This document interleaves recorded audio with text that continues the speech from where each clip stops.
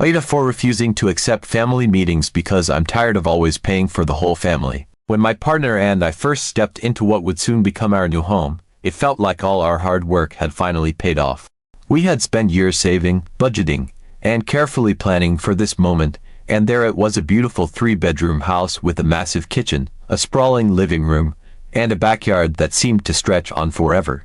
It was the kind of place that begged to be filled with laughter, with memories, with life. We had always dreamed of a space like this, where we could host gatherings, bring our families together, and maybe even establish new traditions. We don't have kids, and we don't plan to, so our home was ours to mold, to create whatever life we wanted within its walls. I used to bartend, and I've always been someone who loves to entertain. There's something about bringing people together, about crafting the perfect cocktail or meal, that brings me joy. So, when Thanksgiving approached last year, it seemed only natural that I would volunteer to host. It was the first major holiday in our new home, and I wanted it to be special. I imagined our family gathered around the table, the house filled with the scent of roasting turkey and freshly baked pies, the sounds of laughter and clinking glasses echoing through the halls. It was a picture-perfect vision, and I was determined to bring it to life. When the day finally arrived, our home was transformed into a warm, inviting haven. The kitchen was a flurry of activity as I juggled multiple dishes, timing everything perfectly so that it would all come together just in time for dinner. The living room was set up with a cozy seating arrangement, and I had even put together a small bar area where I could mix drinks for our guests. The table was laid out with our best china, the centerpiece a beautiful arrangement of fall flowers that I had painstakingly chosen. As our family started to arrive, I could feel the excitement building. They marveled at the house, complimenting us on how we had made it our own. The compliments flowed just as freely as the wine and cocktails, and I found myself slipping back into my old bartending persona, crafting drinks with a flourish and making sure everyone was taken care of. Dinner was a success, the food was delicious, and the conversation was lively. There was laughter, there were stories, and there was that unmistakable feeling of togetherness that makes holidays like Thanksgiving so special. By the end of the night, as the last of our guests said their goodbyes and the house grew quiet, I felt a deep sense of satisfaction. Hosting Thanksgiving had been everything I had hoped for and more. It was a lot of work, but it was worth it to see everyone so happy, to know that I had created a memorable experience for my family. I was tired, yes, but it was the good kind of tired, the kind that comes from a day well spent. But as the weeks turned into months, I began to realize that Thanksgiving had set a precedent. With Christmas just around the corner, my family naturally assumed that we would host again. After all, our home was the perfect gathering spot, and we had proven that we could handle it. I didn't mind if first Christmas was another opportunity to bring everyone together, and I still had that hosting high from Thanksgiving. So, we dove into the preparations once again. Christmas was even more elaborate than Thanksgiving. There were gifts to buy and wrap, a tree to decorate, and an even more ambitious menu to plan. I spent days baking cookies, making candy, and preparing a feast that would make even Santa jealous. We hosted a Christmas Eve dinner and a Christmas Day brunch, and once again, our home was filled with the warmth and joy of the season. But after Christmas, things started to shift. My mom's birthday was in February, and once again, our home was the chosen venue. This time, I felt a twinge of reluctance. We had just hosted 2 major holidays back to back, and I was starting to feel the strain. But I pushed those feelings aside and threw myself into planning her birthday celebration. It was a smaller gathering, but still required a lot of effort: decorating, cooking, cleaning. By the time her birthday was over, I was exhausted. As the year progressed, it became clear that our home had become the default location for all family gatherings. Easter, Memorial Day, 4th of July, every holiday, every birthday, every family event was held at our place. And with each gathering, the burden grew heavier. It wasn't just the time and energy it took to plan, cook, and clean up after these events, it was the financial strain as well. Hosting wasn't cheap. We were spending hundreds, sometimes thousands, of dollars on food, drinks, decorations, and then hiring cleaners afterward because the mess was just too much for us to handle alone. Sure, some family members would chip in here and there, but the bulk of the responsibility always fell on my partner and me. And while everyone else got to relax and enjoy the gatherings, I was constantly on my feet, making sure everything ran smoothly. I was the one who was up at dawn, starting the prep work, and the last one to go to bed, after the house was finally quiet and the last dish was washed. My partner helped where he could, but I knew he was starting to feel the strain too. Our weekends were consumed by these events, leaving little time for us to enjoy our own space, to unwind, to do the things we loved. The financial burden also started to weigh heavily on us. Yes, we both earn well, but that doesn't mean we want to spend a significant portion of our income on hosting duties. We have our own goals and dreams, saving for retirement, traveling, maybe even starting a small side business, and spending so much on these gatherings was starting to feel like a drain on our resources. But more than that, it was the time we could have spent together, exploring new places, trying new things, or just enjoying a quiet weekend at home, time that was now being consumed by the never-ending cycle of family gatherings. The final straw came as Thanksgiving started to approach again this year. The memories of last year's holiday were still fresh in my mind, the excitement, the joy, the satisfaction. But this time, instead of feeling eager to host, I felt a deep sense of dread. I couldn't do it anymore, not like this. The thought of going through all that effort again, of spending weeks planning, cooking, and cleaning, only to have our home invaded by the chaos of another family gathering, it was too much. One Sunday afternoon, I decided to talk to them about it during a family video call. It had become a tradition for us to check in with each other every weekend, to catch up on life, and to plan for upcoming events. My mom, my siblings, a couple of cousins, they were all there, laughing and chatting as we went over the details for Thanksgiving. "So, we'll be at your place again, right?" my mom asked, her tone light and casual, as if it were a foregone conclusion. I took a deep breath, steeling myself for what I was about to say. "Actually, I wanted to talk to you all about that," I began, my voice a bit shaky. "We've been hosting a lot of gatherings this past year: Thanksgiving, Christmas, Mom's birthday, Easter, Memorial Day, 4th of July. It's been wonderful having everyone over, but it's starting to become a bit overwhelming for us." There was a pause, a brief silence on the other end of the line as my words hung in the air. I could see the puzzled expressions on their faces, the slight furrow of brows as they processed what I was saying. "What do you mean?" my mom finally asked, her voice tinged with confusion. "I mean, it's a lot of work to host all these events," I explained, trying to keep my tone calm and even. "The planning, the cooking, the cleaning, it's really starting to take a toll on us. And financially, it's a big strain too. We're spending a lot of money on food, drinks, decorations, and then we have to hire cleaners afterward because it's just too much for us to handle on our own." I paused, hoping that they would understand, that they would see where I was coming from. But instead of sympathy or understanding, what I got was laughter. "You're joking, right?" my brother chuckled, shaking his head. "You've got the biggest house out of all of us. It's perfect for a family holiday.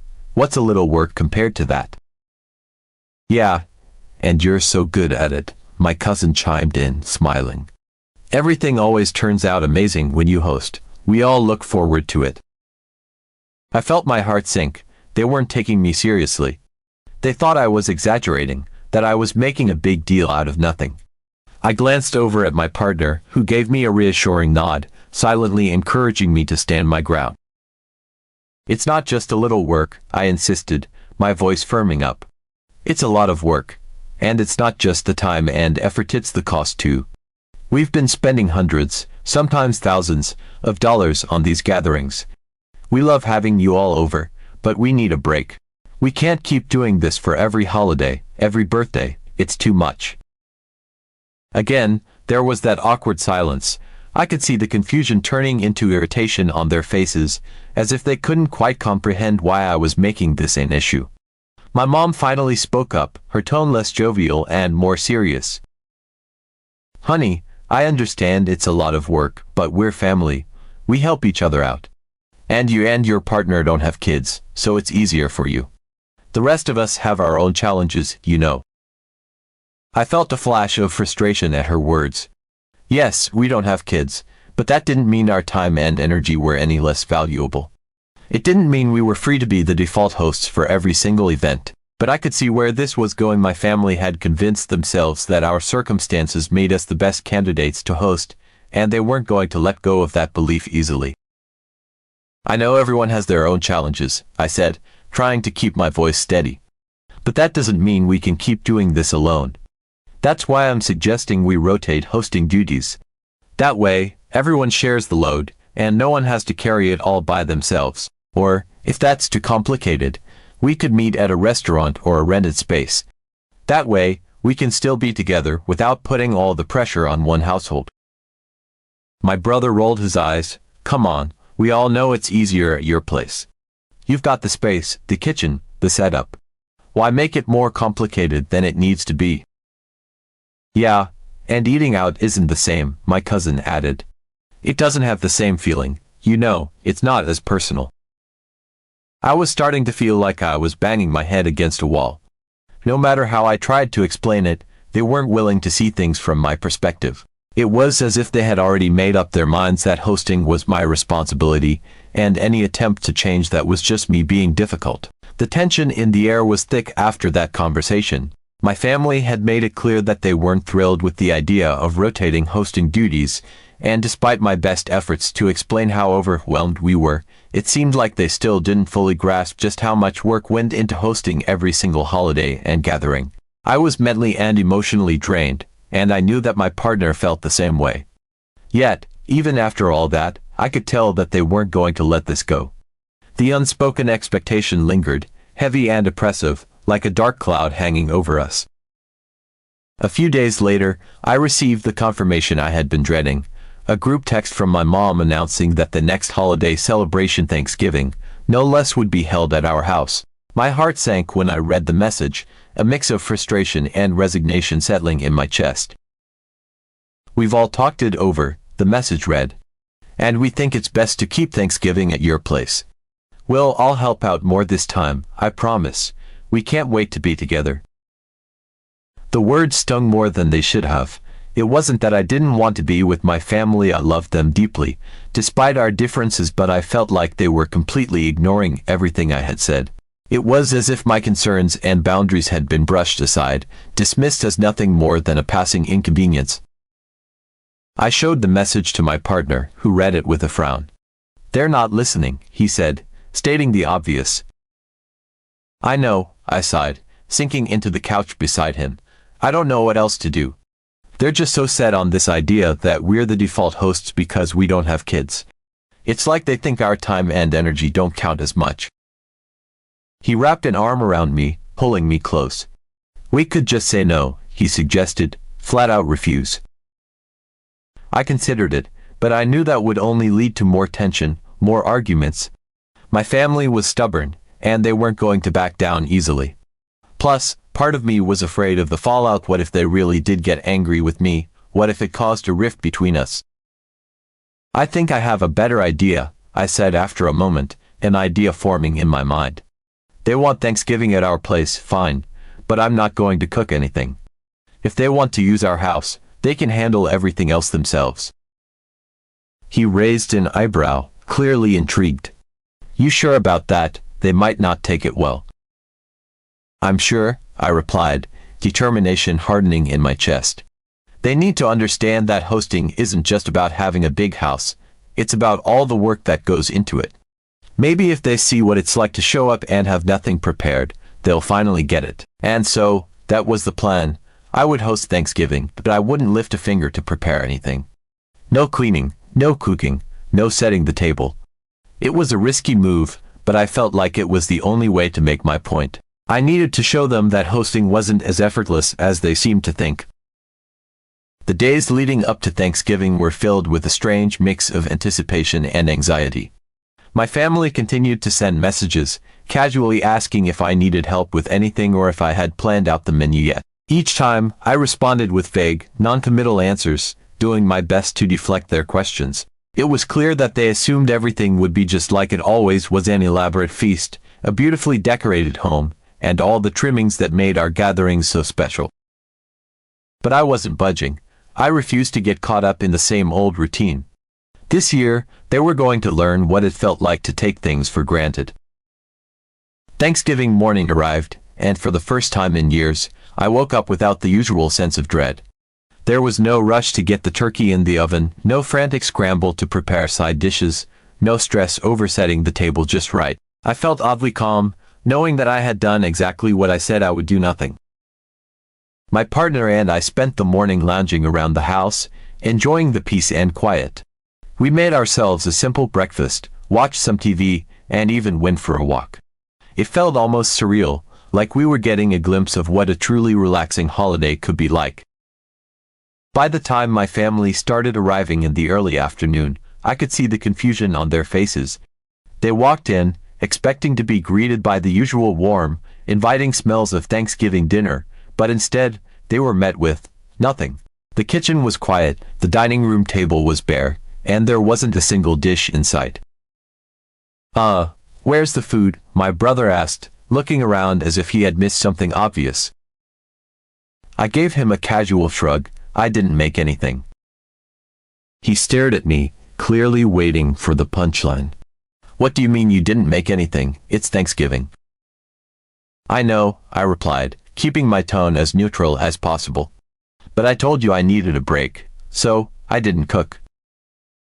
The realization began to dawn on the rest of my family as they took in the scene. My mom looked particularly flustered, her eyes darting around the room, as if trying to figure out how this had all gone so wrong. "Honey, you were joking, right?" she asked, her voice tinged with disbelief. "You didn't make anything at all." "Nope," I said, shaking my head. "I meant what I said.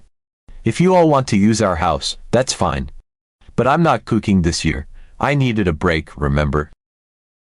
There was a stunned silence as they processed what I had just said.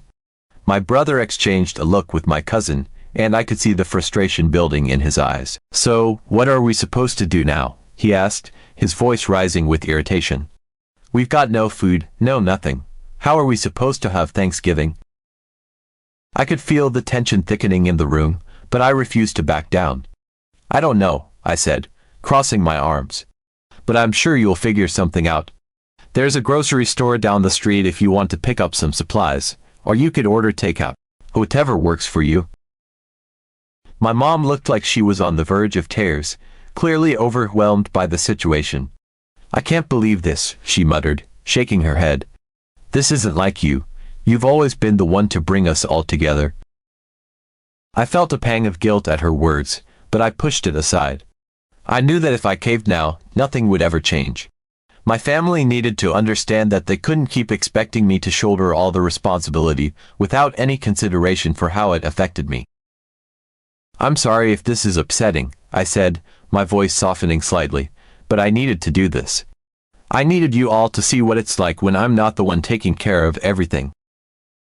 There was a long, uncomfortable pause as my family absorbed my words. Finally, my brother let out an exasperated sigh. "Fine," he said, clearly annoyed. "Let's just go get some food. We'll figure it out." The next hour was a chaotic scramble as my family piled into their cars and headed to the grocery store. They returned with bags of pre-made dishes, rotisserie chickens, and whatever else they could find on such short notice. It was a far cry from our usual elaborate spread, but it was better than nothing. As they rushed to throw everything together, I watched from the sidelines, feeling a strange mix of satisfaction and sadness. Part of me was relieved that I had finally taken a stand, that I had forced them to see what it was like to be in my shoes, but another part of me felt a deep sense of loss. This wasn't the Thanksgiving I had envisioned, and it wasn't the holiday I wanted for my family. When everything was finally ready, we all sat down to eat. The mood was tense, the atmosphere heavy with unspoken frustration. The food was decent, but it lacked the warmth and care that usually went into our meals. My family ate in relative silence, clearly still processing what had happened. After dinner, as we were cleaning up, my mom pulled me aside. She looked tired, her expression a mix of disappointment and concern. "I'm sorry," she said, her voice soft. "I didn't realize how much pressure we were putting on you. We've gotten so used to you being the one to handle everything. I guess we took it for granted. I felt a lump form in my throat at her words, but I managed to keep my emotions in check. I know, Mom, I replied. But I couldn't keep doing it all by myself. I needed you all to see that.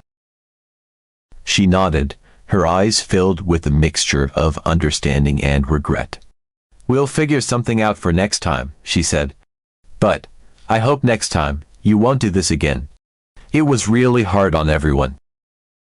Next time, we need to have a real conversation about how we're going to handle these gatherings, I said, my voice firm.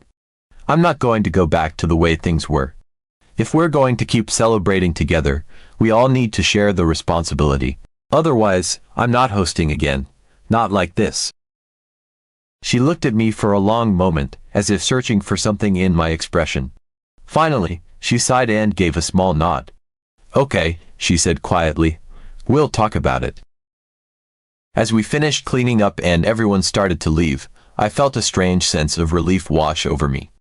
It hadn't been the perfect solution, but it was a start. My family had been forced to confront the reality of what hosting meant, and while they hadn't fully accepted it yet, I knew that I had made my point.